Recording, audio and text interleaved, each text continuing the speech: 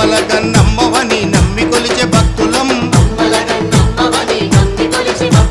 నిరంతరము నిన్ను తలచె నీ పాద దాసులం